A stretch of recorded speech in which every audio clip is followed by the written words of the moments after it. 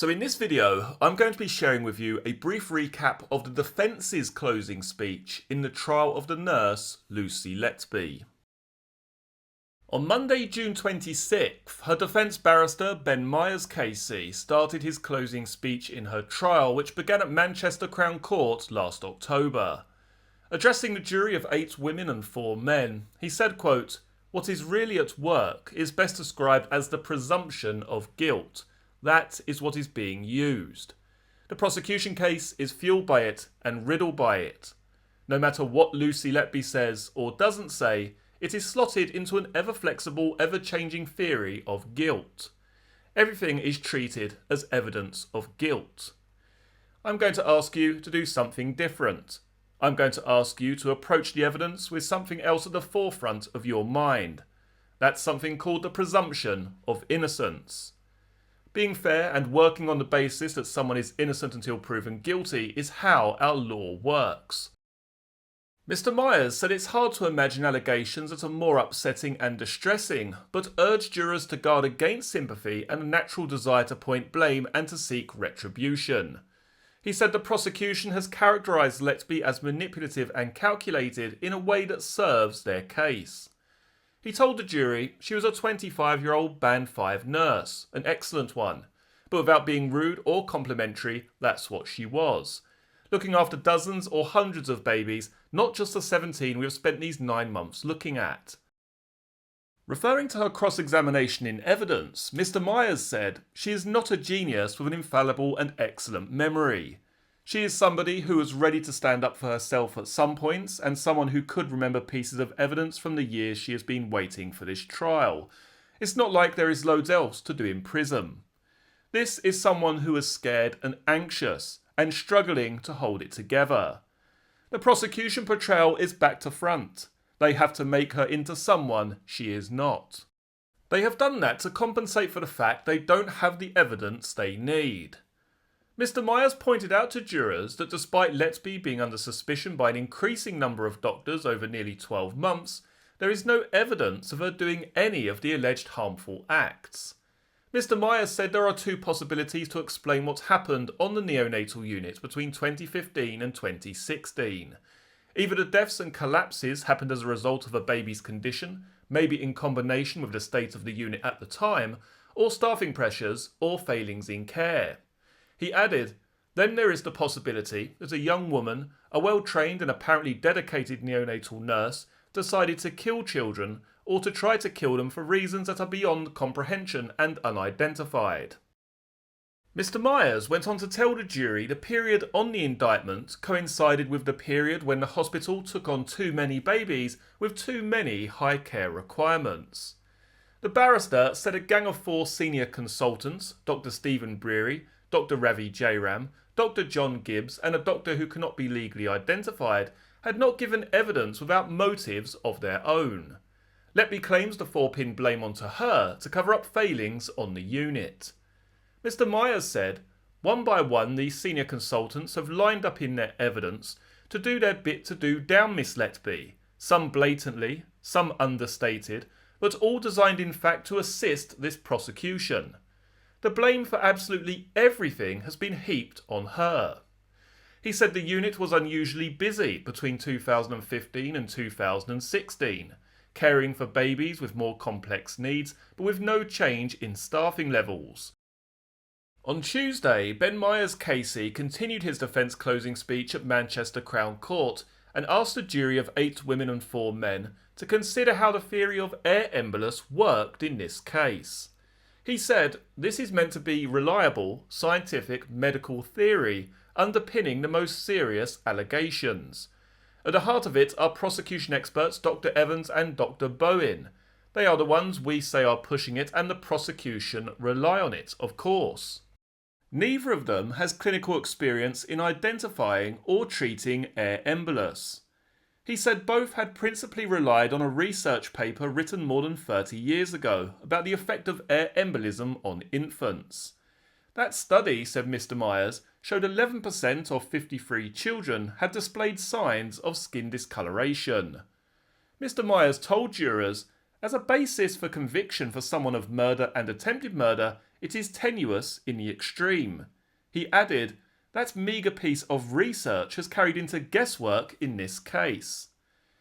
Mr. Myers said both experts had identified 5 clinical features to support the identification of an air embolus: the presence of an intravenous IV cannula, a sudden and unexpected collapse, unusual skin discoloration, the presence of air in the great vessels of the heart, and that resuscitation was unsuccessful. He added, apart from needing to have an IV entry point, we say not one of those criteria has been applied consistently during this trial. They, the experts, have chopped and changed them as much as required to fit the available evidence. Extraordinary contortions made to fit that theory.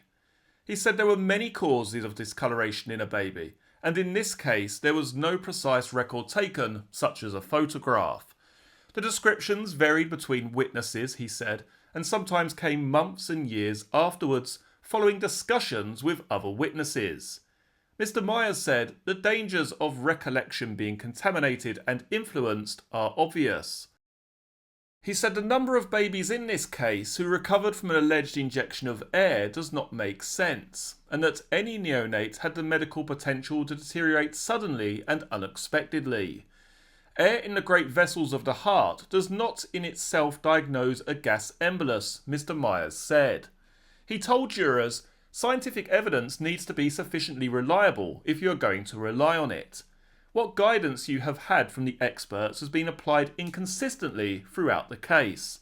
The evidence is so poor it cannot be safely used to support these allegations. Letby, 33, is also charged with trying to murder a twin baby boy by poisoning him with insulin a day after she allegedly murdered his newborn brother. The prosecution suggests a neonatal nurse at the Countess of Chester Hospital contaminated 2 bags of nutritional feed given intravenously to child F. It is claimed she injected insulin into the first bag of Total Parental Nutrition, TPN, during a night shift on the early hours of August 5, 2015, which led to the plummeting of child F's blood sugar levels. Letby is then said to have cynically covered her tracks as she contaminated a second stock maintenance bag to be used by an unsuspecting colleague after she clocked off. Jurors at Manchester Crown Court have been told a blood sample taken when the second bag was in use later revealed a biological footprint which showed synthetic insulin was present when none was prescribed. Continuing his closing speech on Wednesday, June 28th, Letby's barrister Ben Myers KC said, there is no evidence that Miss Letby interfered with any bag of TPN. None. Blink, ladies and gentlemen, and you will miss that point. We say there would be nothing quick about what the prosecution allege. It involves getting a syringe and the bag, drawing up the insulin and injecting it without arising suspicion and getting caught. The prosecution have suggested alternatively that the insulin was introduced when the bag was hanging. It still involves getting insulin from the fridge, having a syringe, getting it in the bag without detection when there is no reason for anyone to put insulin into a hanging TPN bag. It's quite easy to make the allegations, but it would be quite difficult to carry out. Mr. Myers said the defendant did not have exclusive access to the TPN bags. He said the evidence was that the overnight TPN bag, which lasts up to 48 hours, had to be replaced at noon later that day when a cannula inserted into child F came out. He added, we say it's incredible to maintain she is responsible for this. How can Miss Letby be held responsible for that second bag on any fair or logical basis? A high level of insulin in a bag that no one could have foreseen would have been used, which comes into play hours after she has left. He said the evidence indicated there were 5 stock maintenance bags at the time in the neonatal unit's fridge. Mr. Myers said, so even if somebody guessed that a maintenance bag may be needed in an unexpected way, they are not to know what bag would be taken. They would have to do the lot to make sure. You will keep in mind that stock bags are not stored in any particular order. It's like a series of Russian dolls of improbability. There is no evidence that any other baby was affected at this time, and you can be sure we would be told if there was. How on earth is this a targeted attack unless Miss Letby had a Nostradamus-like ability to read the future? This is completely unrealistic. This is not party games, let's get Letby. We are not here to invent explanations and ignore the evidence. Whatever happened to the TPN bag or bags, there is no sensible way of claiming that Miss Letby could have been responsible for putting insulin in the second bag. That fundamentally undermines the accusation she put it in the first bag. Mr. Myers now turns to the case of child K, who Letby allegedly attempted to murder by dislodging her breathing tube while she was being treated at the Countess of Chester Hospital in February 2016. The prosecution say she was interrupted by consultant Dr. Ravi Jairam, who said he walked in to find Letby standing by child K's incubator and with no alarm sounding.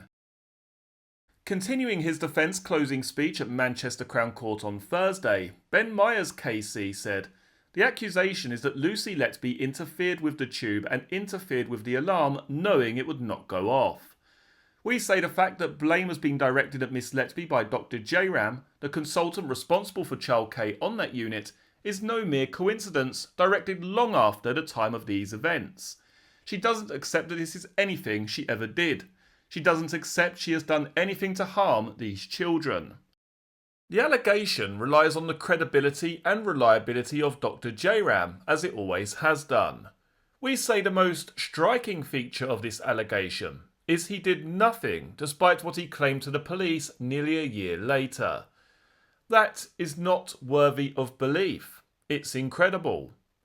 Manchester Crown Court has heard that by this stage Dr. Jairam and head consultant Dr. Stephen Breary had suspicions about Letby's presence at a number of collapses. Mr. Myers said, "If you strip this back to what's being alleged, he would call the police. Dr. Jairam said he didn't have the training. Well, I don't know what they teach you at consultant school, but how so many of them were struck silent during the course of these events is amazing." The barrister also questioned why Dr. Jairam did not act as a whistleblower in the NHS. Mr. Myers said, "Not for the first time, we say, the prosecution case simply changes shape to keep the allegation in place. They say Lucy Letby tried to cover her tracks by making it look like child K had a problem, by interfering with tubes twice more on the same night shift. The accusation is unsupportable and makes no sense. If Miss Letby had been caught in the compromising position as alleged, she's hardly going to risk doing the same again 2 more times with Dr. Ravi Jairam around." Mr. Myers said child K was a very poorly baby due to her extreme prematurity and should have instead been treated at a specialist tertiary care unit. He said she had received suboptimal care during her stay at the Countess of Chester Hospital. Benjamin Myers KC, giving his 5th and final day of the defence closing speech, told jurors to use their knowledge of the case to look at the evidence and entrusted them to analyse it as they have done over the past 9 months of their lives. He said in this case, the dangers of the jury being influenced by factors which are unfair were clear, including emotion and setting Letby unrealistic standards, including her presence on the unit being proof of her being linked with the allegations. The jury were told by Mr. Myers that the prosecution case was incomplete and inconsistent and did not go to support what is alleged. He added the medical evidence in this case is crucial. Countess of Chester Hospital medical staff were deeply involved in what has happened and have said things at times which are deliberately prejudicial against Letby. He added the prosecution case relies heavily on experts, and that the defence case was 2 experts in particular, Dr. Evans and Dr. Bowen, were partisan and worked to support a theory of guilt. Mr. Myers said these are the most grave allegations, and each one must be considered with care. He added the jury have seen over and over again that the presence of Letby is the sole evidence for the allegation against her when an event happens. The court was told between June 2015 and June 2016 the Countess took more babies than usual with more care needs. Mr. Myers said there was an increase in the number of deaths and those 2 factors are connected.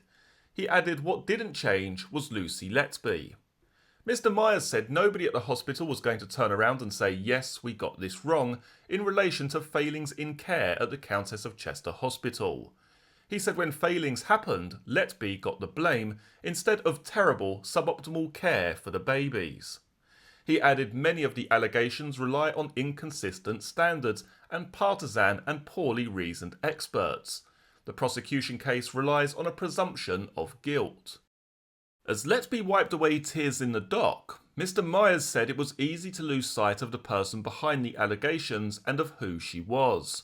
He called on the jury to not rely on the caricature created by the prosecution case.